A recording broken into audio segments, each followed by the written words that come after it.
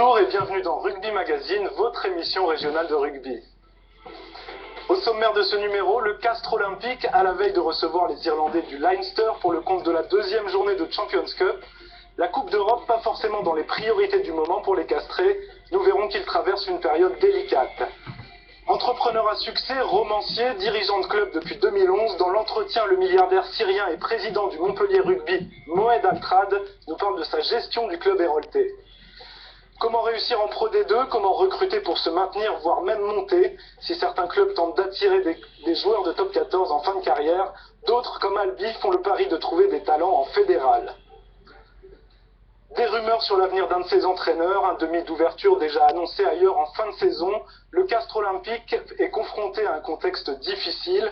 Après 9 journées de top 14, Castres est 12e, premier non relégable, un petit point devant Brive. En Champions Cup, après une défaite à Londres, les Tarnais s'apprêtent à recevoir les Irlandais du Leinster, même s'ils n'ont pas forcément la tête à la Coupe d'Europe. Didier Laguerre et Mathias Garnier. Une défaite à domicile contre Paris, 2 gros cartons à l'extérieur, Castres est dans le dur. Alors, rhume passager aux crises existentielles, en 2 saisons, le CO a perdu la plupart de ses joueurs majeurs.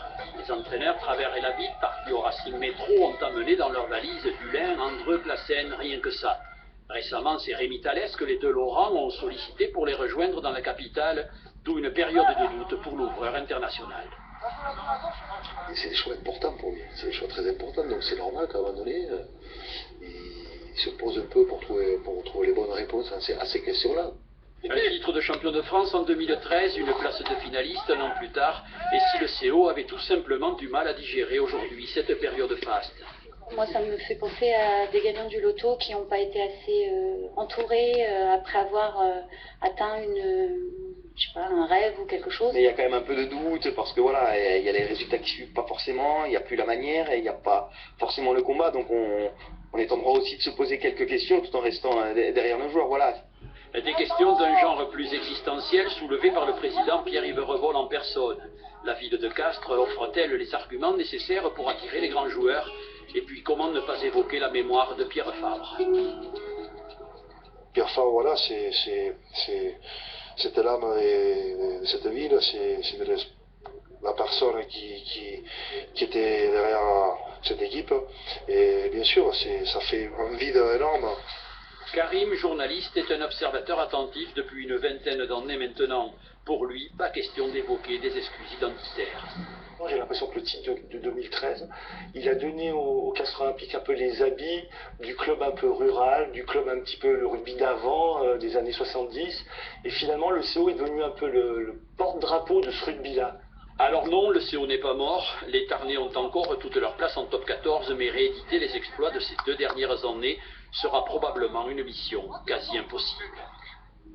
Mais avant le top 14, il y a la Champions Cup.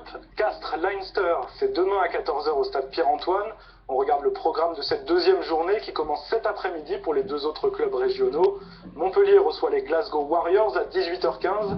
Un peu plus tôt, dans la même poule, le stade toulousain jouera en Angleterre. Ce sera à 16 h 15 sur la pelouse de Basse. A noter que les Toulousains enregistrent le retour de Louis Picamol. Le 3e ligne des Rouges et Noirs et du 15 de France avait été éloigné pendant 4 mois des terrains à la suite d'une grave infection pulmonaire. Il est annoncé dans le casque de départ pour affronter Basse. Montpellier, on l'a dit, reçoit Glasgow, non plus au stade Yves du Manoir, mais à l'Altrad Stadium. Altrad comme le nom du président, Moed Altrad, un président que rien ne prédisposait à prendre la direction d'un club de top 14. Ce fils de bédouin syrien venu étudier en France, titulaire d'un doctorat en informatique, homme d'affaires dans le bâtiment, mais aussi romancier, entame sa 4e saison à la tête du Montpellier Héros Rugby. Dans l'entretien de la semaine, il nous parle de son club et de son investissement.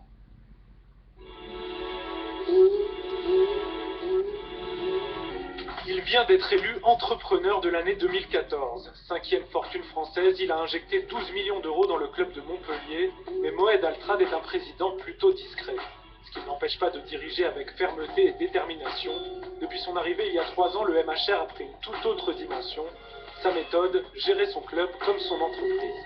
Moi je suis arrivé à Montpellier sans jamais avoir vu un match de rugby à Montpellier. Je ne suis jamais allé voir le stade. Donc je regardais quelques matchs de l'équipe de France à la télévision, au Stade de France, etc. Mais je ne suis jamais allé à Montpellier, donc ça ne m'intéressait pas, ça ne m'attirait pas, etc. Les collectivités locales, que ce soit l'agglo, la mairie, le conseil général, le conseil régional, cherchaient quelqu'un dans un rayon de 500 km qui pouvait donner un coup de main, et on m'a trouvé, je suis arrivé. Pour créer des ressources financières durables et importantes, ben, il faut créer quelque chose. Savez-vous que le NHR n'a pas de brasserie, quoi. On ne peut pas manger, on ne peut pas boire. C'est le seul club de France où il n'y a pas ça. Et aujourd'hui, on a une brasserie qui ouvre ses portes. Et à l'avenir, on essaye de créer autour de ce club une vie, non pas uniquement le jour du match, mais toute la journée et toute l'année. On pense aménager cette enceinte Yves du Manoir, qui s'appelle désormais Altrad Stadium, créer des boutiques, créer des agences bancaires, créer des parkings, créer des mini-parcs d'attractions. Altrad, cette année, a fait des résultats historiques en termes de chiffre d'affaires, de croissance, de résultats, de nombre d'emplois. Mais on est tout simplement content, quoi. On ne saute pas au plafond. Dans le rugby, eh bien, lorsqu'on gagne un match très important, ben on est fou de joie, on saute au plafond, on se jette les chaussures par la figure, on boit, on roule par terre, etc. Vous pouvez imaginer ce que... Donc c'est vrai que c'est différent, ça n'a rien à voir. Aujourd'hui, tous les postes, les 15 postes sont triplés. Et vous avez, disons, le numéro 1 de chaque poste est international, partout. Le numéro 2, si ce n'est pas international, c'est top 14, plutôt haut de gamme. Le numéro 3, on fait jouer quand même des gens qui viennent de centres de formation, qu'il faut faire jouer. Donc oui, on est équipé. A priori, si vous voulez, on est dans notre plan de marche par rapport à nos objectifs de la saison en cours, oui.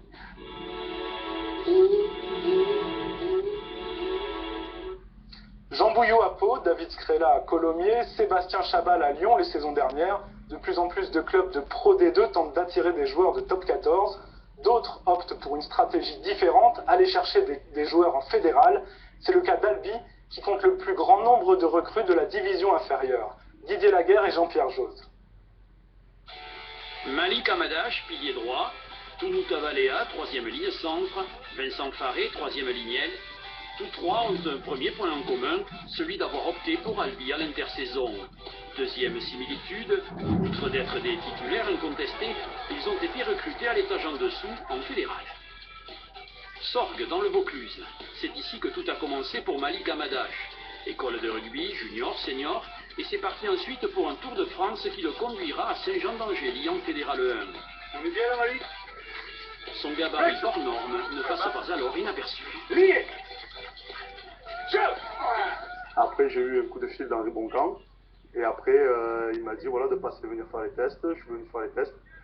Et de ces tests-là, on a conclu un accord pour pouvoir venir essayer de m'exprimer au Sporting.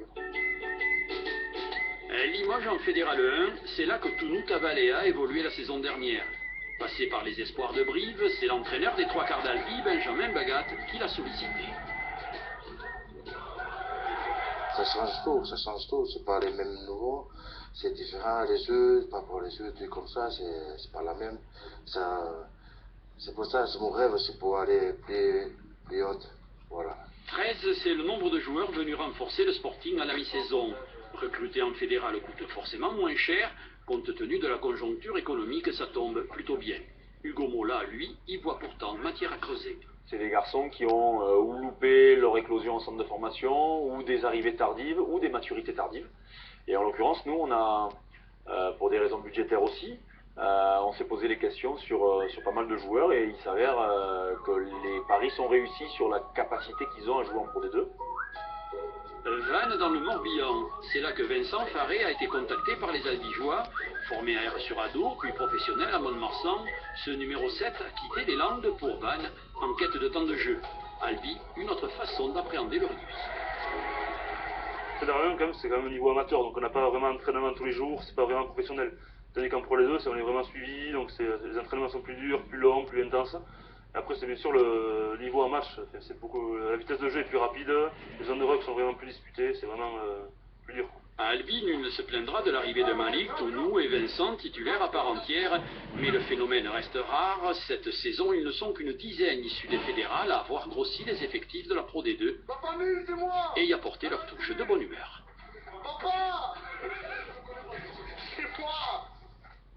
De la bonne humeur, c'est aussi dans RugbyNet, un aperçu de ce qui se passe sur le web. Cette semaine, les filles de l'université Descartes de Paris parodient un tube célèbre pour promouvoir leur équipe. François Trinduc, lui, fait la promotion de son club, Montpellier, et vous allez voir que se reconvertir dans la chanson ou dans la publicité, ce n'est pas gagné d'avance.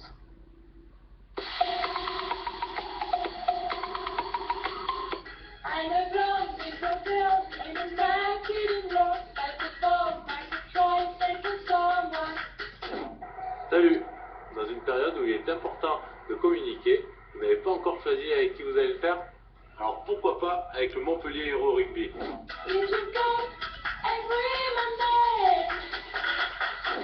Mais savez-vous que notre championnat est retransmis dans 170 pays et suivi par 3 millions de téléspectateurs à chaque match?